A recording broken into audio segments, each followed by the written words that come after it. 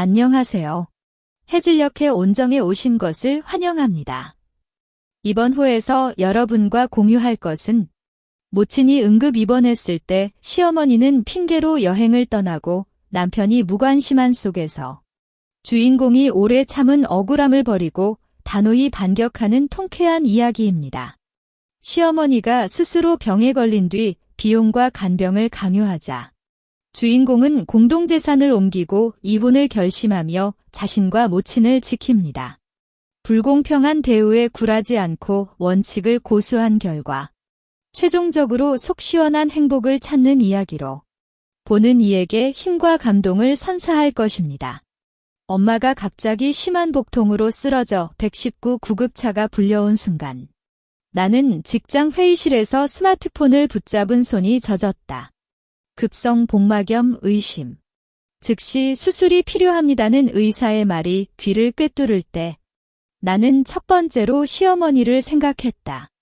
결국 시어머니는 평소 우리 가족은 하나라고 말하며 내 엄마를 본인 딸처럼 대해준다고 이야기했고 심지어 어떤 일이 생겨도 함께 할게라는 약속까지 했었다. 나는 급히 시어머니에게 전화를 걸었지만 여러 번 통화 연결이 되지 않자 마음이 긴장됐다. 수술 동의서에 서명하는 손이 떨렸고 엄마가 수술실로 들어가는 모습을 보며 눈물이 툭 났다. 혼자 병원 복도에서 기다리며 남편 철민에게 카톡을 보냈다. 엄마 응급 수술 받아. 시어머니 연락 안 되는데 뭐해? 10분이 지나서야 철민이 답장을 보냈고 그 내용을 읽은 순간 나는 뇌가 빈 것 같았다. 어머니가 어제 저녁 일본 여행 갔다. 관절이 아파서 좀 쉬고 오는 거야? 너 말 안 해줬어? 어제. 엄마는 어제 오후부터 복통을 호소하며 조금 아파라고 말했지만 시어머니는 그때 이미 공항으로 갔던 것인가? 관절 아픔이라는 핑계가 너무 허무했다.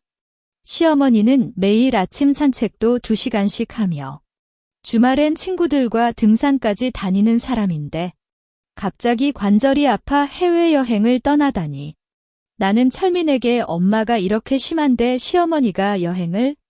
이라고 카톡을 보냈지만 그의 대답은 더욱 분노를 자극했다. 어머니도 평소에 너무 바빴어. 좀 휴식 취하는 거 아깝냐? 너 혼자 좀 견디고 주말에 나갈게. 혼자 견디다는 말이 가슴을 치고 갔다. 엄마는 외동딸인 나 하나만 두고 계셨는데 시어머니는 3명의 자녀를 두고 있음에도 불구하고 아무도 병원에 오지 않는다는 사실이 얼마나 아이러니한지 철민은 모르는 건가? 수술실 문이 열렸을 때 의사는 수술은 성공했지만 다음 3일간 세심한 관리가 필요합니다라고 말했다. 나는 엄마를 중환자실로 옮기며 베드 옆에 앉았고 밤새도록 잠을 설치지 못했다. 새벽녘에 시어머니가 카톡을 보냈다.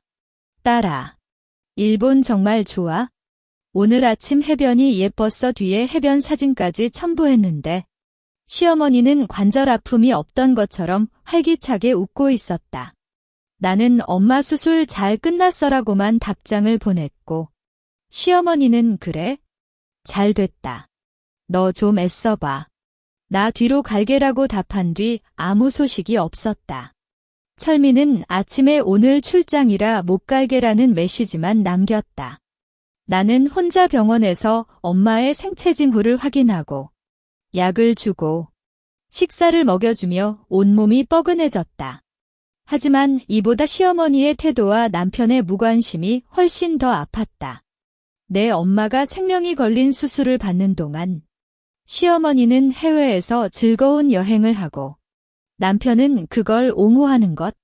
이때부터 나는 속으로 어떤 결심을 했었다. 지금은 엄마를 위해 참지만 언젠가는 이들에게 내가 느낀 아픔과 분노를 그대로 돌려줄 것이다. 엄마가 중환자실에서 일반 병실로 옮겨진 뒤 나는 병원과 집을 오가며 매일 20시간 이상을 바빠졌다. 아침 6시에 병원에 도착해서는 엄마의 온도를 측정하고 혈압을 확인하며 간호사님의 지시에 따라 약을 나눠주고 구강 세정을 해주었다. 점심시간엔 편의점에서 샌드위치 하나를 달래고 저녁엔 집에 돌아가 세탁물을 빨고 다음날 필요한 물품을 챙기며 잠을 서너 시간밖에 자지 못했다. 철민은 주말에 왔지만 병실에 앉자마자 스마트폰을 꺼내며 오늘도 업무 통보가 계속 와라고 투덜거렸다. 엄마가 철민아, 수고했어라고 말하니 그는 그냥 웃으며 아니야라고 대답했을 뿐. 한 번도 나에게 물어보거나 도와주려 하지 않았다. 1시간도 안 되어 회의가 생겼어라고 핑계를 대며 떠났고 나는 그의 뒷모습을 보며 한숨을 쉬었다. 어느 저녁 엄마가 잠들었을 때 갑자기 휴대폰이 울렸다. 시어머니의 번호였다. 나는 깊은 한숨을 쉬고 통화를 받았는데 상대편에서 나오는 목소리는 예상보다 훨씬 활기차고 즐거웠다. 여보, 우리 딸아. 일본 오사카 시장에서 맛있는 타코야끼 먹었어. 문서 정말 맛있어. 시어머니는 여행 경험을 쏟아내고 나는 엄마가 지금도 기운이 좀 없어라고 말했지만 그녀는 그냥 지나치고 병원에서 혼자 잘 해결하냐? 철민이 바빠서 그래도 너는 며느리이자 딸로서 해야 할 일이야. 라고 말했다. 엄마 수술 후 속이 안 좋아해서 식사도 거의 못 먹고 밤에 잠도 설치는데 혼자 관리하기 정말 힘드는데 나는 애원하듯 말했지만 시어머니는 그럼 어떡해? 내가 지금 일본에서 갈 수 있냐? 관절이 아파 걸을 수도 없잖아. 너 좀 더 애써봐. 은혜 갚아줄 거야. 라고 말하며 태연하게 통화를 끊었다. 은혜 갚아줄 거야 라는 말이 가슴을 쓴 대로 아팠다. 시어머니는 결혼할 때 집안 사물건 하나도 안 살려줬고 아이를 낳을 때도 병원에 한 번 와주지 않았는데 어떤 은혜를 갚아야 하는지 모르겠었다. 나는 휴대폰을 놓고 병실 창밖을 쳐다봤다. 밤하늘은 캄캄했고 병원 복도의 불빛이 차분하게 비치고 있었다. 시어머니는 아마 지금 일본의 밝은 불빛 아래 쇼핑을 하거나 맛있는 음식을 먹고 있을 것이다. 그때 철민이 카톡을 보냈다. 어머니 전화 왔어? 그녀도 힘들어하니까 마음대로 말하지 마. 나는 나 혼자 엄마 관리하는데 힘들다고 답장했지만 그는 어머니가 돌아오면 다 해결될 거야 라고만 말했다. 이제 더 이상 참을 수 없다는 생각이 확 떠올랐다. 엄마가 아직 병상에 누워있기 때문에 꾹 참고 있지만 시어머니와 남편이 저렇게 무관심하다면 나도 더 이상 바보처럼 헌신할 필요가 없다. 속으로 그 결심을 다시 한번 굳혔고 병원 베드 옆에서 잠들지 못한 채 엄마의 잠든 얼굴을 바라보았다.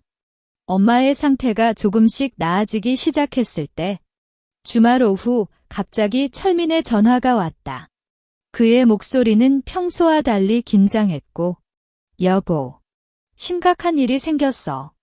라고 외치는 순간 나는 가슴이 터질 것 같았다. 어머니가 일본에서 갑자기 심한 가슴 통증을 느껴 병원에 실려갔어. 의사가 심장 질환이라고 말했는데 혼자 있을 수 없다고 해? 나는 그 말을 듣고 잠시 멍해졌다. 시어머니는 하루 전까지 해변 사진을 보내며 즐거워하던 사람인데 갑자기 심장 질환이라고? 그럼 지금 어떡해? 라고 묻자. 철민은 어머니가 한국에 오는 게 나아 보인다고 해. 비행기 표 사고. 병원 비용도 비싸고 혼자 있으면 불안해서. 너 지금 병원 좀 봐주고 어머니 귀국하면 우리 병원으로 옮겨 관리해줘. 라는 말을 했다. 나는 눈을 감았다. 내 엄마가 수술받고 아파할 때는 휴식이라고 말하며 여행을 떠났고 지금 자신이 아파지자마자 귀국시켜 관리해달라고 하는 시어머니, 그리고 그녀를 무조건 지지하는 남편. 엄마 아직 이 병원에서 관리해야 하는데 어떻게 동시에 두 군데를 돌아다닐 수 있어? 라고 반문했지만 철민은 엄마는 지금 안정됐잖아. 어머니는 긴급한 상황이야. 너 좀 유연하게 생각해. 며느리로서 해야 할 일이잖아. 라고 말했다. 유연하게라는 말이 분노를 자극했다. 나는 이제껏 시어머니의 모든 요구에 응했고 혼자 엄마를 돌봤지만 그들에게는 그게 당연한 것처럼 보였다. 그때 휴대폰을 넘겨받은 시어머니의 목소리가 들렸다. 딸아, 아파. 일본 병원에선 말도 통하지 않고 비용도 비싸. 빨리 나를 데려가줘. 너는 내 며느리잖아. 이 정도는 해줘야지. 그 태도는 예전과 똑같았다. 아파하는 것 같지도 않고 명령하듯 말하는 톤이었다. 나는 시어머니, 제 엄마가 아직 이 병원에 계시고 저는 혼자 관리하고 있어. 동시에 두 분을 돌볼 수 없어. 라고 차갑게 말했다. 뭐라고? 시어머니가 분노하며 외쳤다. 내가 이렇게 아파하는데 너는 그런 말을 해. 철민아, 봐. 이 며느리가 뭐라고 하는지. 나를 버리는 거야? 철민은 여보. 너무 심해. 어머니를 그렇게 말하다니? 무조건 해줘. 어머니 귀국할 거야.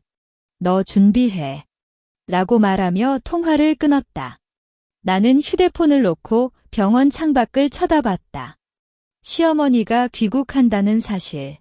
그리고 남편의 강요. 하지만 이제 나는 더 이상 그들의 속삭임에 맞출 생각이 없었다. 시어머니가 귀국한다는 건 내가 오래전에 꾹 참았던 분노를 표출할 최적의 기회가 온다는 것을 의미했다. 철민이 다음 날 아침 병원에 찾아왔을 때 얼굴에는 분노와 불안이 뒤섞여 있었다. 어머니가 내일 오후 비행기 타고 돌아온다. 우리 동네 병원 예약해놨어. 너 지금부터 준비해. 그는 마치 나에게 명령하듯 말했고 나는 베드에 누워있는 엄마를 살짝 봤다. 엄마는 어제부터 식사를 조금씩 할 수 있게 됐지만 아직 혼자서 일어나기도 힘들었다. 엄마를 어떻게 할 거야? 아직 혼자 남겨둘 수 없어. 라고 묻자. 철민은 엄마는 이 병원에 그대로 두고 너는 시어머니 병원에 갔다 오면 되지? 주말에 나도 갈게. 라는 말을 했다. 갔다 오면 되지는 말이 너무 가볍게 느껴졌다. 나는 지금까지 잠도 제대로 못 자고 밥도 제때 먹지 못하며 이틀째 병원을 맴돌았는데 그에게는 그게 별건 아닌 것처럼 보였다. 병원 비용은 어떻게 할 거야? 시어머니 일본 병원 비용부터 국내 병원 비용까지 상당할 거다. 라고 추가로 묻자. 철민은 부부 공동재산 써. 그 돈이 뭐 중요해? 어머니 건강이 최우선이잖아. 라고 당연스럽게 말했다. 부부 공동재산. 그 돈에는 나도 열심히 일해서 모은 돈이 포함되어 있었지만 그는 그걸 전혀 생각하지 않았다. 시어머니는 평소 자신의 저축금을 아끼고 항상 나와 철민의 돈을 쓰려고 했는데 철민은 그걸 전혀 개의치 않았다. 나는 안 돼. 라고 단호하게 말했을 때 철민은 놀란 표정을 짓고 뭐라고? 너 미쳤어. 어머니를 보내버릴 거야? 라고 외쳤다. 병실 다른 환자들이 우리를 쳐다보지만 나는 상관없었다. 시어머니가 제 엄마가 수술받을 때 여행을 갔을 때 철민이는 그걸 옹호했어. 지금 왜 나에게만 본분을 강요해?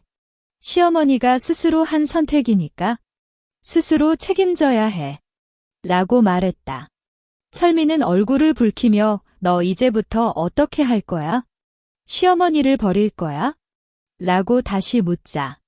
나는 버리는 게 아니야. 스스로 해결하라고 하는 거다. 시어머니도 3명의 자녀가 있잖아. 다른 아이들에게도 부탁해보면 되지? 라고 답했다. 시어머니는 철민 외에도 큰아들과 딸이 있는데 평소에는 그들에게만 잘해주고 나에게는 항상 부담을 떠넘겼다. 이번엔 정말 그들에게도 책임을 물어봐야 했다. 철민은 다른 아이들도 바빠. 너가 해야지. 며느리로서 이 정도는 해줘야지. 라고 말하며 나를 눈으로 죽였다. 하지만 이제 나는 그의 압박에 굴복하지 않았다. 그럼 철민이 혼자 해. 나는 엄마만 관리할 거다. 라고 말하며 철민은 분노하며 이따가 보자라고 외치고 병실을 뛰쳐나갔다. 나는 철민이 나가고 나서 몸이 무너지듯 의자에 앉았다. 하지만 심장 속에는 오랜만에 차분함이 찾아왔다. 이제는 내가 정한 길을 갈 거다. 시어머니와 철민이 어떻게 할지는 모르지만 나는 더 이상 자신을 아프게 할 수 없었다. 철민이 병실을 뛰쳐나간 뒤 나는 엄마에게 잠시 휴식을 권하고 병원 복도로 나갔다. 휴대폰을 꺼내 금융앱을 열었을 때 손이 살짝 떨렸지만 결심은 확고했다. 부부 공동재산 통장에 들어있는 5,000만 원. 그리고 우리가 함께 모은 주식과 예금은 모두 내 이름으로 옮겨야 했다. 시어머니와 철민이 내 엄마를 버렸을 때 이 돈으로 그들에게 변호할 이유는 하나도 없었다. 은행에 전화를 걸어 부부 공동재산을 개인 계좌로 이전하고 싶어라고 말했을 때 상담원은 본인 확인과 동의서가 필요합니다라고 말했다. 남편이 동의하지 않아도 되나? 라고 묻자 법적으로 부부 각자가 관리할 수 있는 재산은 이전 가능합니다라는 답변을 받았고 나는 즉시 온라인 동의서를 작성했다. 1시간 뒤 통장 알림이 왔을 때 5,000만 원이 내 개인 계좌로 완전히 이전된 것을 확인했다. 주식도 증권사에 문의하여 내 이름으로 이전 절차를 진행했고 집계약서도 부모님 댁으로 옮겨 보관하기로 했다. 그때 철민이 카톡을 쏟아냈다. 어머니 비행기 표 샀어. 내일 오후 3시에 인천공항 도착. 너 거기 가서 데려오고 병원으로 바로 가? 병원 비용은 내일 아침 나한테 계좌 보내줘. 200만 원 정도 필요할 거다. 나는 이 카톡을 보고 웃음이 나왔다. 아직도 나를 이용하려는 그들 모습이 안쓰러웠다. 재산을 다 내 친정으로 옮겼어. 시어머니 비용과 관리는 너 혼자 해. 라고 카톡을 보냈고 철민의 전화가 즉시 왔다. 뭐라고? 너 미쳤어. 그 돈은 우리 공동재산이잖아. 철민의 외침이 귀를 아팠다. 공동재산. 내 엄마가 수술 받을 때 시어머니는 여행을 갔고 너는 그걸 옹호했어? 이 돈으로 시어머니를 돌볼 의무는 없어. 너 혼자 해. 라고 차갑게 말했고 철민은 너 이렇게 하면 이혼한다. 라고 외쳤다. 그래도 좋아. 이혼 심부름도 할게. 라고 말하며 통화를 끊었다. 그 뒤로 철민의 카톡과 전화는 쏟아졌지만 나는 모두 차단했다. 엄마가 잠에서 깨어나 뭐가 그렇게 바빠? 라고 묻자. 나는 엄마. 이제 우리 친정으로 갈 거야. 아무도 우리를 아프게 할 수 없게 해줄게라고 말했고 엄마는 눈을 젖혔다. 딸아. 그래도 철민이 라고 말하려 했지만 엄마. 그들은 이미 우리를 버렸어. 이제는 우리만 생각하면 된다라고 말하며 엄마의 손을 잡았다. 내 반격은 이제 시작이다. 시어머니가 귀국하든 철민이 분노하든 나는 더 이상 그들의 속삭임에 맞출 생각이 없었다. 친정으로 갈 준비를 마치고 병원 이전 서류를 작성했을 때 심장 속에는 오랜만에 통쾌함이 느껴졌다. 내일 시어머니가 귀국한다는 소식을 알고도 나는 아침 일찍 엄마의 병원 이전 절차를 마쳤다. 새로 예약한 병원은 부모님 댁 근처였고 가족 친구 중 한 분이 간병을 도와주겠다고 약속해줬다. 모든 준비가 끝났을 때 철민이 인천공항에서 전화를 걸어왔지만 나는 그냥 무시했다. 이제 그와의 모든 연락은 필요 없었다. 오후 4시쯤 엄마를 새 병원으로 이전했을 때 철민의 카톡이 다시 왔다. 어머니 공항에 왔는데 너 안 왔어. 지금 당장 와. 어머니가 아파 죽을 것 같아. 뒤에 시어머니가 울먹이는 목소리가 녹음된 메시지도 첨부됐다. 하지만 그 목소리에는 진정한 아픔보다는 분노와 불안이 더 느껴졌다. 나는 이미 말했잖아. 너 혼자 해라고만 답장했고 다시 카톡을 차단했다. 약 1시간 뒤 시어머니의 큰아들인 영호 오빠가 전화를 걸었다. 민주아, 어머니가 공항에서 갑자기 가슴이 아파서 구급차를 불렀어. 지금 병원에 있지만 비용 문제와 간병할 사람이 없어. 너 좀 와줘. 영호 오빠는 평소 시어머니에게 잘해주지만 나에게는 별로 관심 없었던 사람이었다. 오빠. 시어머니가 제 엄마 수술 받을 때 여행을 갔어. 그때 오빠들도 아무도 안 왔잖아. 이제는 오빠들이 해야지. 라고 말했다. 그래도 어머니가 아파하는데 너는 며느리잖아. 라고 영호 오빠가 말하자 며느리도 본분이 있지만 시어머니가 먼저 본분을 잊었어. 제 엄마를 돌보는 게 내 우선순위야. 라고 단호하게 말했고 통화를 끊었다. 그 뒤로 시어머니의 딸인 지혜 언니도 전화를 걸었지만 나는 똑같은 말을 반복했다. 시어머니는 평소 이들에게만 편애를 보였고 나에게는 항상 부담을 떠넘겼다. 이제는 그들이 그 행동에 대한 대가를 치르는 시간이었다. 엄마가 정말 그렇게 할 거야? 라고 걱정하며 묻자. 나는 엄마. 이제는 우리만 생각하면 된다. 그들은 스스로 해결할 수 있어? 라고 말하며 엄마의 머리를 쓰다듬었다. 시어머니와 철민이 어떻게 될지는 모르지만 나는 더 이상 자신을 희생하지 않을 것이다. 새 병원의 창밖을 보니 햇살이 따뜻하게 비치고 있었다. 이제 내 삶은 내가 주도할 거다.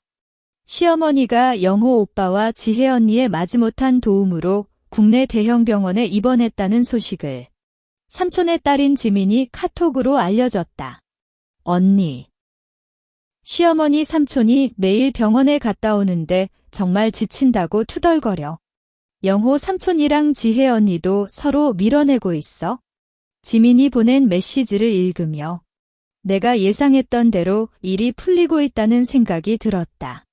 시어머니는 평소 자신의 자녀들에게만 아끼고 나에게는 항상 며느리 본분을 강요했지만 진정한 위기가 왔을 땐 그들마저 떠나버릴 줄은 몰랐을 것이다. 철민은 여전히 매일 저녁 나의 휴대폰에 전화와 카톡을 쏟아내지만 나는 그 모든 연락을 차단한 채 엄마와 함께 친정에서 편안한 시간을 보냈다. 엄마의 상태는 점차 좋아져서 이제는 혼자 걸을 수도 있고 식사도 제대로 하게 됐다. 한 주 뒤 할아버지의 생신을 맞아 친척 모임이 마을의 큰 식당에서 잡혔다. 평소 시어머니가 친척들 앞에서 민주가 며느리로서 부족한 점이 많다고 속삭이곤 했기 때문에 나는 친척 모임을 기피하는 편이었지만 이번엔 달랐다. 시어머니와 철민이 저지른 불공평한 행동을 모든 친척에게 알리고 내 입장을 명확히 해야겠다는 결심이 들었다. 엄마가 그래도 너무 겉으로 드러내면 이라고 걱정했지만 엄마, 이제는 우리가 더 이상 속고 억울해할 필요가 없어요. 진실을 말해야 해요. 라고 말하며 모임장에 갔다. 식당 방문을 하자 철민과 영호 오빠, 지혜 언니가 이미 자리에 앉아 있었다. 시어머니는 병원에 있어서 참석하지 못했지만 그들 3명의 표정은 명백히 불안했다. 할아버지와 할머니를 인사하고 자리에 앉자마자 삼촌이 민주아, 어머니가 병원에 계시는데 너 좀 봐주러 가지? 혼자 있을 텐데 심심하잖아. 라고 말했다. 주변 친척들도 모두 나를 쳐다보며 그래. 민주아, 어머니가 아파하는 데라고 동조했다. 나는 숨을 한 번 쉬고 단호하게 아니오라고 대답했다. 그 순간 방 안이 갑자기 고요해졌다. 철민은 얼굴을 붉히며 너 이런 모습 보여주냐라고 속삭이지만 나는 그를 무시하고 모든 친척을 향해 말했다. 시어머니가 제 엄마가 갑자기 급성 복막염으로 응급수술을 받아야 할 때 일본 여행을 떠났어요. 나는 휴대폰을 꺼내 시어머니가 일본 해변이나 시장에서 찍은 사진들을 스크롤하며 보여줬다. 이 사진들은 엄마가 수술받는 날 시어머니가 카톡으로 보낸 거예요. 오사카 정말 예뻐 타코야끼 맛있어라고 즐거운 이야기만 썼어요. 그 뒤로는 시어머니와 나의 통화 기록도 보여줬다.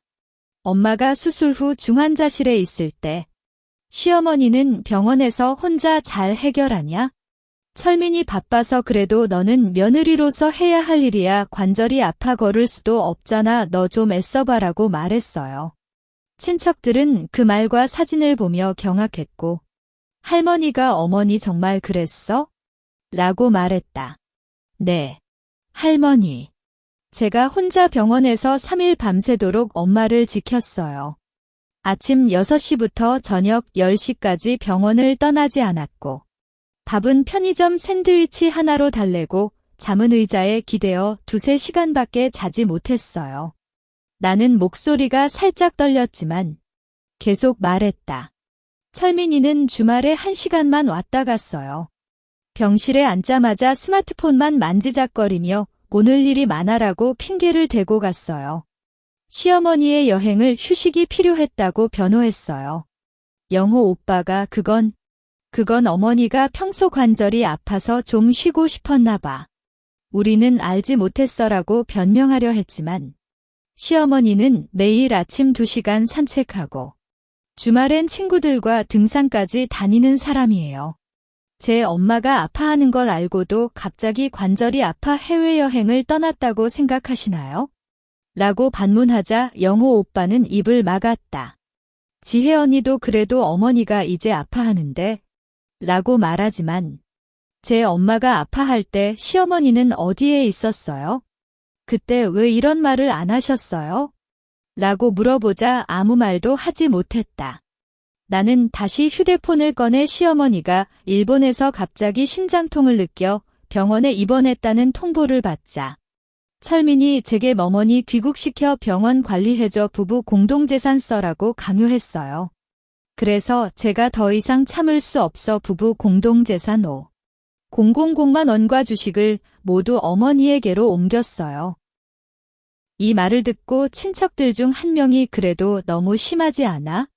결혼한 사람이잖아라고 말했지만 시어머니가 제 엄마를 버렸을 때 철민이 제게 무리한 요구를 했을 때 그들은 심하다고 생각하지 않았어요.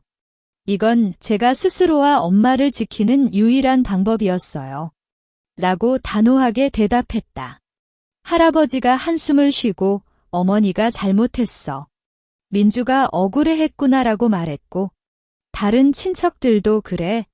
어머니가 먼저 본분을 잊었어 민주가 할 수 있는 거다라고 동조했다.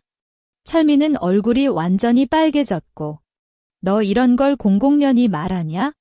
친척들 앞에서 우리 가족 망신시키려고? 라고 소리치지만 망신시키는 건 제가 아닙니다. 시어머니와 당신이 제 엄마를 버렸을 때 이미 그런 결과를 만들었어요. 라고 차갑게 대답했다. 그 순간 오랜만에 속이 시원해졌다. 모든 진실을 말하고 친척들의 이해를 받은 것만으로도 큰 힘이 됐다. 시어머니와 철민이 어떻게 할지는 모르지만 나는 더 이상 자신을 억눌리지 않을 것이다.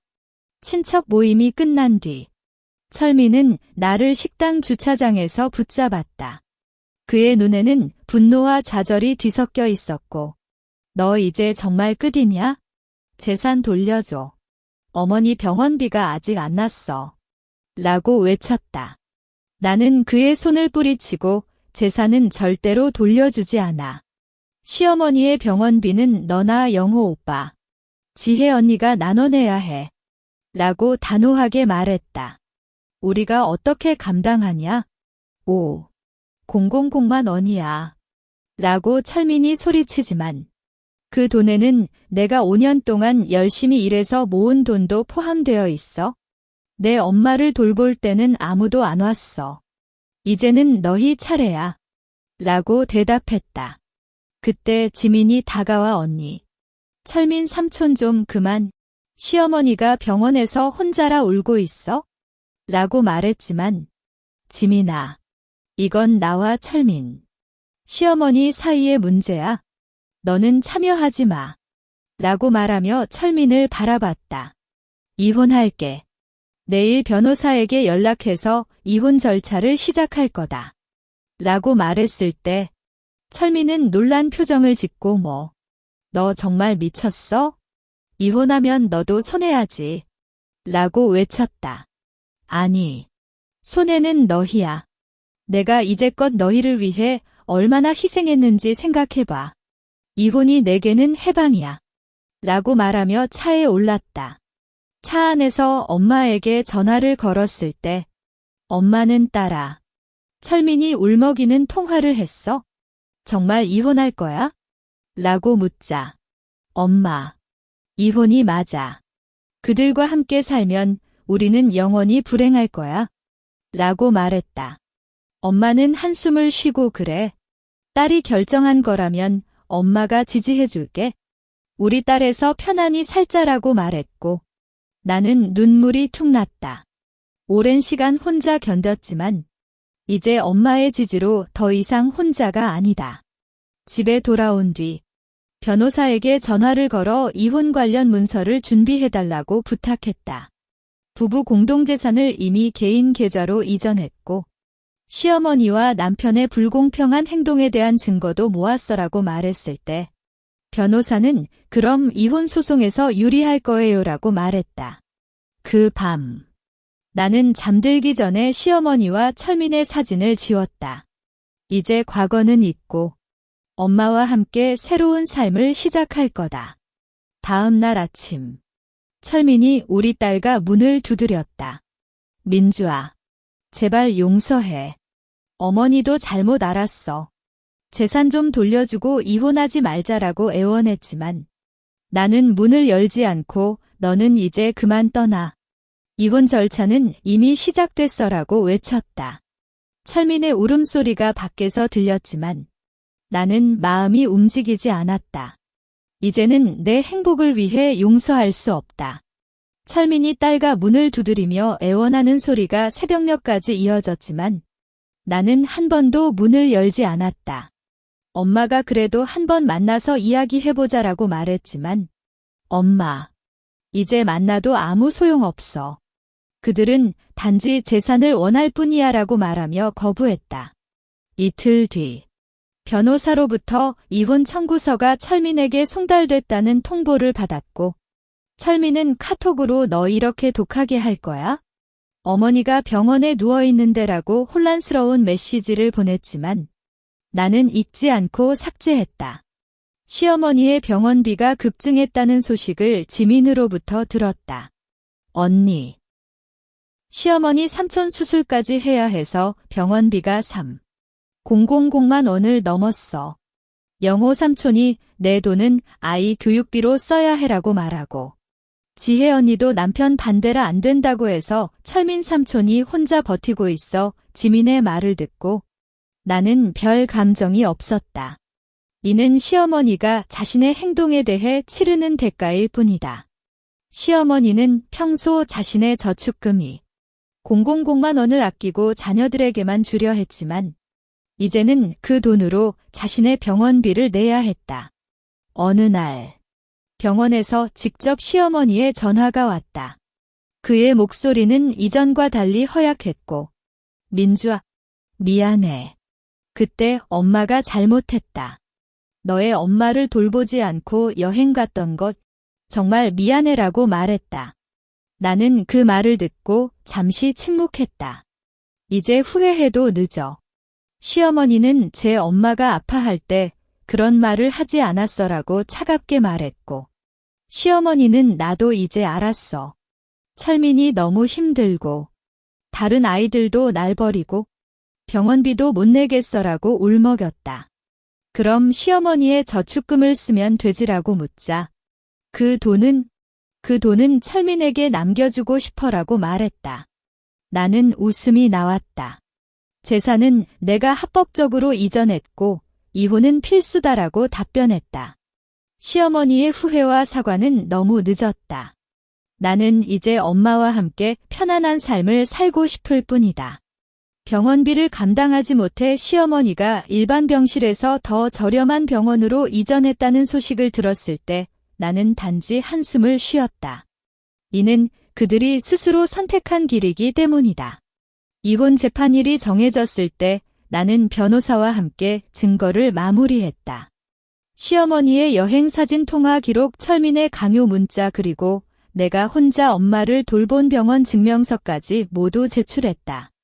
재판장이 부부 공동재산 이전에 대한 이유를 설명해 주세요라고 묻자 나는 남편과 시어머니가 제 모친의 생명이 위태로운 상황에서 무관심했고 이후 시어머니의 병원 관리와 비용을 강요했기 때문에 스스로를 지키기 위한 조치였습니다라고 명확히 답했다.